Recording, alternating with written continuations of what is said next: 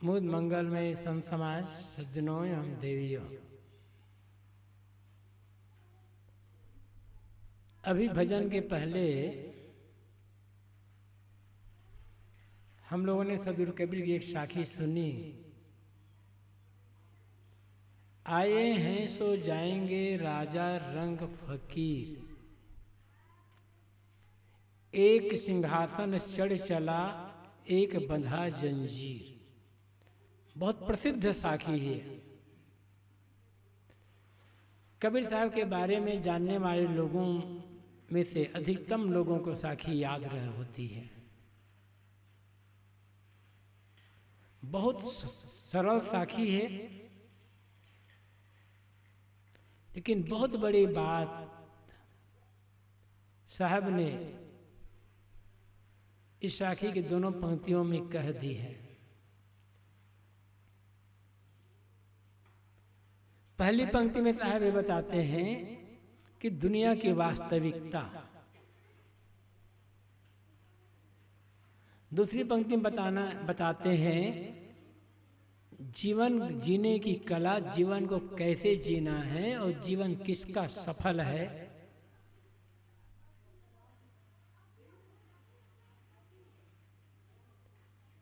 आए हैं सो जाएंगे राजा रंग फकीर।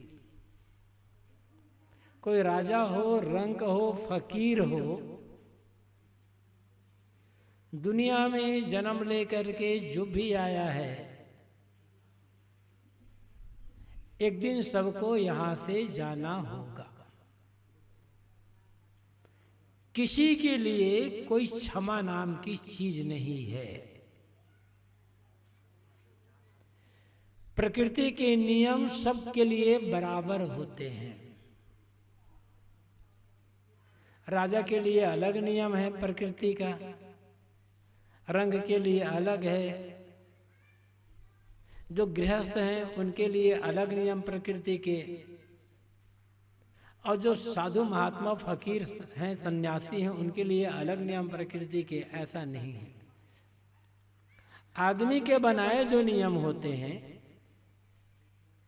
आदमी के बनाए जो कानून होते हैं, वे बदलते रहते हैं समय समय पर, देश काल की आवश्यकता के अनुसार।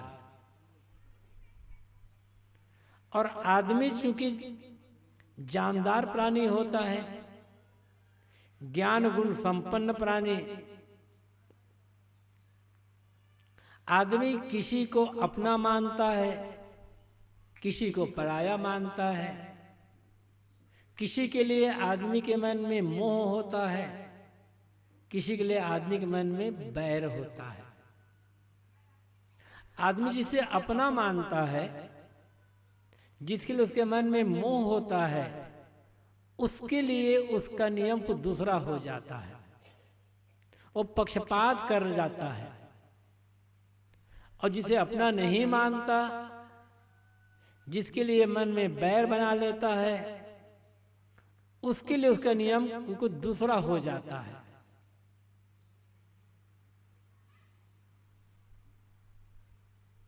लेकिन प्रकृति में ऐसा नहीं होता, क्योंकि प्रकृति बेजान है। उसमें जानने समझने का गुण नहीं है। प्रकृति में न किसी के लिए मोह है, न किसी के लिए बैर है। प्रकृति के लिए न कोई अपना है और न कोई पराया है। वो तो सब है। ये सूरज है, उगा हुआ है। तो ऐसा नहीं है कि सूरज हिंदुओं के घर में ज्यादा प्रकाश कर दे और मुसलमानों के घर में थोड़ा कम प्रकाश करे, या मुसलमानों घर में ज्यादा प्रकाश करे और हिंदुओं घर में कम प्रकाश करे। जो रंग है, सूरज सोचे ये गरीब आदमी है, यहाँ मुझे कुछ मिलेगा नहीं, इनके यहाँ थोड़ा अंधेरा करके रखूंगा, थोड़ा प्रकाश कम रखूंगा। ये धनी लोग हैं, यहाँ तो मुझे कुछ मिल सकता है, इसलिए इनके यहाँ ज्यादा प्रकाश करूंगा। लोभ नहीं है उसके मन में, क्योंकि बेजान है सूरज। हम सूरज की भले उपासना कर लें देवता मान करके,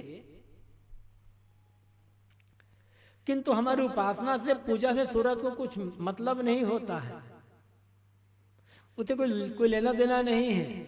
हम संतोष कर लेंगे, हम सूरज को, भगवान को पानी चढ़ा रहे हैं, हमें ये सूरज भगवान खुश हो जाएगा। कुछ नहीं खुश होने वाला है वो, क्योंकि वो जानता ही नहीं है। तो उसे गाली दो तो उसे पानी चढ़ाओ, उसकी पूजा करो, चाहे जो कुछ नहीं होने वाला है, सूरज को कोई प्रकार नहीं पड़ने। ये तो 15 करोड़ किलोमीटर दूर है, हमारी पूजा वहां तक पहुंचेगी ही नहीं। और सूरज जड़ है, बेजान, उसे कुछ पता ही नहीं है। इसलिए वो पक्षपात नहीं करता, उसका नियम सबके लिए बराबर है।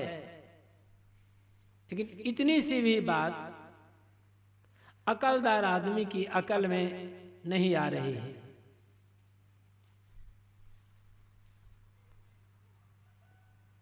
आग का काम है जलाना। एक साधु महात्मा कहलाने वाला आग में हाथ डाले तो आग उसका हाथ जलाएगी। एक घोर भोगी लंपट आदमी यदि अपना हाथ आग में डाले तो भी आग उसका हाथ जलाएगी। आपको पता ही नहीं है कि ये साधु है कि भोगी लंपट है, क्या है, ये जवान है कि बूढ़ा है कि बालक है, उसे क्या पता। ये राजा है कि रंग, उसे क्या पता। उस आग में तो जो भी पड़ जाए उसका काम है जलाना। अब बेशास्त्र किताब डाल दो, आग जला करके राख कर दे। अखबार डाल दो, आग जलाएगी। कूड़े कचरे डाल दो, आग जलाएगी। आप और हम आग को देवता मान करके तो जितनी भी उपासना करें, आग को पता नहीं चलता। आग की उपासना बहुत प्राचीन काल से लोग करते आ रहे हैं देवता मान करके, क्योंकि हमारे मानव जीवन में आग का बहुत बड़ा योगदान है।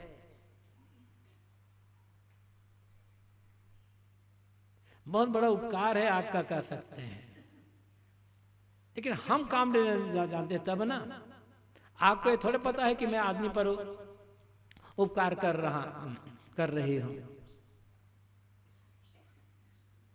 तो मैं कह रहा था कि प्रकृति का जो नियम है वो सबके लिए बराबर, चाहे आग हो, चाहे पानी हो, चाहे हवा हो, या कुछ भी हो, सबके लिए बराबर। ईश्वर और खुदा का नाम लेकर,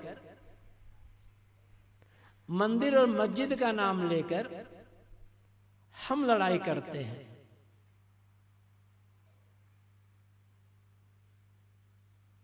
धरती के लिए दोनों बराबर। एक ही जगह एक हिंदू का खेत है, उसी से लगा हुआ मुसलमान का खेत है, और दोनों बराबर मेहनत करते हैं, दोनों बराबर खाद पानी देते हैं, तो दोनों के खेत में फसल बराबर होगी। धरती ये नहीं सोचेगी ये तो मुसलमान है, ये मुझे माता नहीं मानता है, इसलिए इसके खेत में हमें आधी फसल पैदा करूंगी। ये हिंदू है, ये मुसलमान, ये मुझे माता मानता है। धरती माता हम कहते हैं, मुसलमान नहीं कहते। तो ये मुझे धरती माता कहते हैं, और मुझे प्रणाम करता है हिंदू, इसलिए इसके खेत में दुगुनी फसल पैदा करूंगी। उसे तो पता ही नहीं कौन हिंदू कौन मुसलमान। हिंदू मुसलमान हमने बनाया, प्रकृति ने नहीं बनाया। ऐसे और कुछ भी कह लो। साहब कहते हैं कि आए हैं तो जाएंगे राजा रंग फकीर। राजा हो, रंग हो, फकीर हो, दुनिया में जन्म लेकर के जो भी आया है एक दिन सबको जाना है। किसी का भी शरीर अमर नहीं हो सकता। हमारी भावना होती है, जिसके लिए हमारे मन में श्रद्धा होती है, जिन्हें हम सद्गुरु कहते हैं, सन्यासी महात्मा कहते हैं, या जिन्हें हम किसी को हम देवता भगवान बना लेते हैं, कहते हैं वो अमर है। शरीर किसी का अमर नहीं होगा, किंतु सबके शरीर के भीतर निवास करने वाला जो जीव है वो अमर है, चाहे वो हिंदू के शरीर में हो, स्त्री शरीर में, मुसलमान शरीर में, पुरुष शरीर में, बूढ़े बालक शरीर में। सबका शरीर तो मिट्टी पानी आग हवा से बना हुआ है, चाहे स्त्री हो चाहे पुरुष हो, साधु हो गृहस्थ हो, हिंदू मुसलमान ईसाई यहूदी कोई भी हो, सबका शरीर मिट्टी पानी से बना हुआ है। सबके भीतर में जो जीव है, सबके भीतर में जो रूह है, सोल है, आत्मा है, उसमें अंतर नहीं है।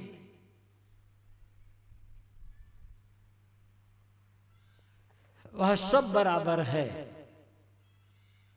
हमारी बेवकूफी कि बांटते बांटते बांटते बांटते आदमी ने सब कुछ को बांट लिया है।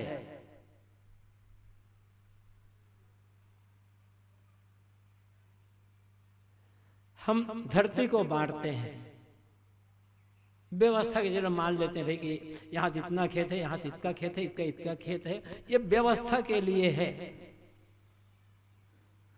लेकिन धरती से कोई फर्क नहीं पड़ता। जिस खेत को, जिस जमीन को हम खरीदते हैं और रजिस्ट्रार ऑफिस में जाकर अपने नाम से रजिस्ट्री करवाते हैं, बैनामा करवाते हैं, हमसे पहले लाखों करोड़ों लोग उस जमीन को अपने नाम से बैनामा करवा चुके हैं, उसी जमीन में जाकर उसी जमीन में दफन हो चुके हैं।